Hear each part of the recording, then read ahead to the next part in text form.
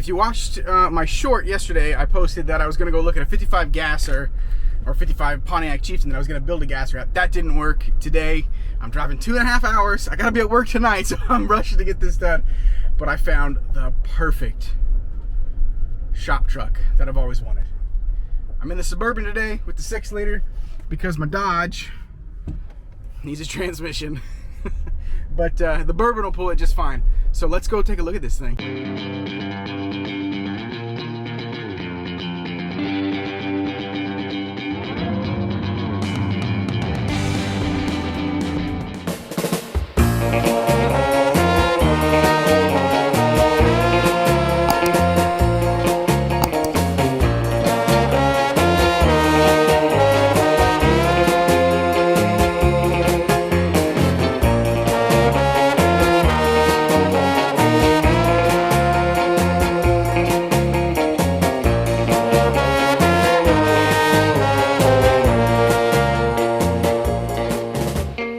I bought it. I can't be happier. I really couldn't. I wanted a fridge style F100 forever, but they kind of proved to be like prohibitively expensive, and this one just popped from. It was like 2.5 hours from my house, and it wasn't bad. I mean, it wasn't a bad drive, but you will not believe what I paid for this truck. Let me go over some of the things on it here, and then I'll tell you what I paid for this truck. Let me get the hood open here. Okay. So, okay. That needs to be replaced. All right. So this truck is a 1960. It was listed originally as a 58, but I did some research and I decoded the VIN. It's a 60. It came with the big like 223 or 232 or whatever it was, 6-cylinder and 3 on the tree. No frills, except for it has a dealer installed heater in it, which is kind of cool. I'm gonna restore that and put it all back to working condition. So under here, it's pretty solid. I mean, all the main parts of the sheet metal are solid. The things that you would expect to be rusted are rusted. Some small things like up front, like in through here, I'm gonna fix that. So I'll be able to do that work, because a grill for this truck is like really expensive if you can find them. So it got pushed in right here, so I'm gonna fix all that. But overall, it's a solid truck. It's definitely a builder. So if we come around here, we'll take a look at the floors. Like, this is the kind of stuff you'd expect, right? Holes. Cool thing is, these floor pans are reproduced and they are cheap. Like, I can have all new floors in this thing for under $1,000. And that bed floor needs to be done, which is fine because I want to cut it out and do something different anyways. But yeah, you guys, I mean, look at that. Look at this. This is just too cool. Too cool.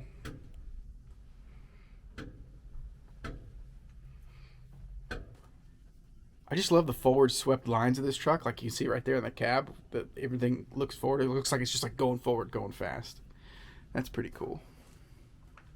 So the plan for the truck is the outside, I'm going to fix all the rust and do my best to kind of like faux patina those areas, and I'm going to keep it patina. I have a buddy who is an artist and sign painter, and we're going to do my logo here and some stuff across the top of the bed, and it's going to be my shop truck. But it's going to be new front to back underneath. The interior is going to be totally redone.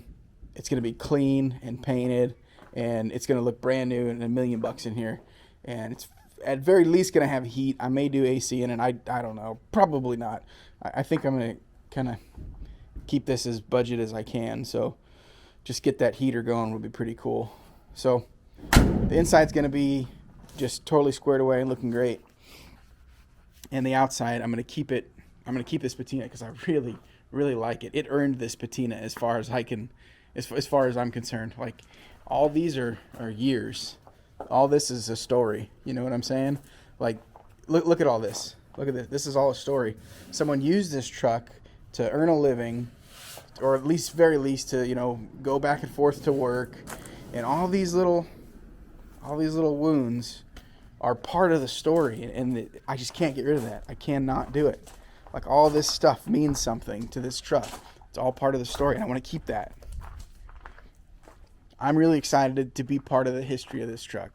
It's going to be super cool to get it together and to get it going, and to get it going again, and, you know, give it a second lease on life. Super excited about it. So, okay, so under hood, what we're doing. You know what? I was going to go in the shop, but I think it's locked. Small block Ford. I have a 351 and a 302. I'm not sure which way I'm going to go. Of course, it's going to be a manual shifted car because it came with 3 pedals. It has 3 pedals in it. What kind of person would I be if I pulled one of the pedals out? It's gonna be a manual shift vehicle, and I'll probably do some modern driveline stuff. I really like their new TKX, so I may do that. But at very least, I'm gonna hit modern driveline for all the clutch linkage and components and stuff. So that's the plan for that small block Ford T5. Front end is probably going to be Crown Vic stuff. I like that because it's easy, and I've never done it before, and I'm pretty excited about the possibility of doing that. Cutting all that stuff out and doing the Crown Vic stuff will be pretty cool. Another option for the front end is to build my own. I could build a frame, but I don't know if I want to do that. I could also build a subframe, lay everything on the ground how I want it, do like my own kick-ups in the front, and use some already available control arms and things like that. I may go that route. I don't know. I think I'm just gonna let the truck tell me. Like, once I get it apart, it'll tell me. It'll kind of guide me which way it needs to go. And then in the back, here, let me flip you around. In the back, well, you can't see anything but a bunch of rusted out bed, but it has a 9-inch in it. So I don't know what the gear set is. I'll figure that out. But so that rear end's gonna stay. It's gonna get, you know, bearings and everything and freshened up. But it's going to get a 4-link, more than likely, and bags in the front. So this thing's gonna be bagged all the way around, and I want the frame to just lay flat out on the ground. Oh, go back to my mini trucker days. Oh my goodness, look at this. This is awesome. I wanted to get under here to see what this would look like if it needed to be channeled, but Ford beat me to it, and apparently these early F100s, the frame is actually underneath the body. So I could put this rocker right on the ground. Oh, look at this. That door probably needs some help, huh? That frame is underneath the level of the rocker, and that is absolutely killer. You guys, this thing is like factory body dropped. I can't believe it. Or channeled, if you want to call it that. But the frame sits higher than the rocker. I could put the rocker flat on the ground. I'm pumped. There's the old 9-inch. Look how high up that frame is. It's like got a factory 4-inch body drop. This is ridiculous. There's a sock. Wonder how old that sock is. It fell down between the cab corner. Probably helped rot it out.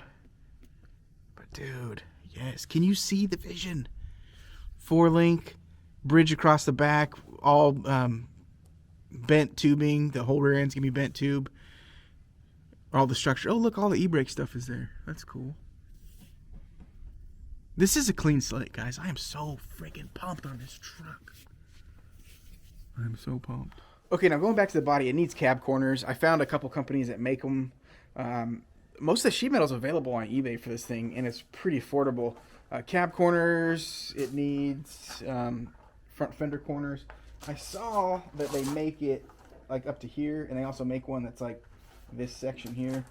I may be able to get away with doing it myself, since it's not so bad to about right here. I could probably cut this out and then use a flange or a tipping die on my bead roller, put that line back in. I could probably fix that. I'm gonna try to fix that myself without going aftermarket sheet metal. And then another common spot for these trucks to rust is right up through here. This cab mount is pretty good. Ow! Just hit my head. The cab mount looks pretty solid, but this front corner is in the toe kick area.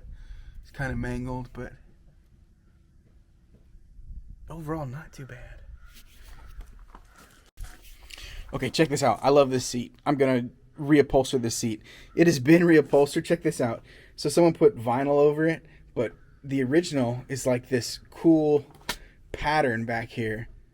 What do you guys think? Should I do it with this pattern with like some white or some blue in it? I really dig that. There it is again. That would be cool. Like a tablecloth, a picnic bench or something. I just love that. And another thing that's super cool is the hard to find parts were with the truck. So headlamp buckets and the headlight trim with the truck. Let me tell you guys something. For this truck, I paid $1,500. $1,500. Can you believe it? I paid $1,500 for this truck. I couldn't believe it. A bunch of rust just fell out when I did that. But for this truck, I've been seeing way more, at least double for a truck in this condition, $3,000 to $5,000 in my area. I don't know what you guys have been seeing for these fridges, if you can find them at all. I'm really curious. Drop it in the comments. Tell me what a truck like this in your area would go for. $1,500. That's really low for me for this area. Like I said, $3,000 to $5,000 is typically what I've been seeing. I could not believe I found it. And I posted, the dude posted it. He said he had it on there for like 5 days or something. And, turn some lights on. And, he was giving it away. Now, I was talking to him, and he knew that it was priced low. And I think why he priced it low is so somebody could get it and have the room to restore it. He was afraid, because it was such a complete truck with a good story, that he didn't want it to be like picked apart, you know, just like parted out. Someone offered him $1,500 for just the hood, and he's like, no, you got to take the whole thing. And the guy was like, I just need the hood. And then the guy I bought it from was like, it doesn't come apart. Like it's a truck, the whole thing. It's $1,500. Take it. And I'm so glad he did that, because that truck is so complete with so much history. Granted, I don't know exactly what the history is, but it needs to be able to live again. And I'm so excited to be able to be the guy that's going to get to do it. Oh, I'm so pumped on this, guys. Please drop it in the comments. Let me know what you think about this thing. And let's have a conversation on this. Where do you think the first step of this truck should be? Should it be suspension and getting it down? Should it be metal work? Should I be worrying about getting drivetrain together? What do you think? What's the first step for this? Like, comment, subscribe. Let me know. I'm excited to have this conversation with you guys. See you very soon.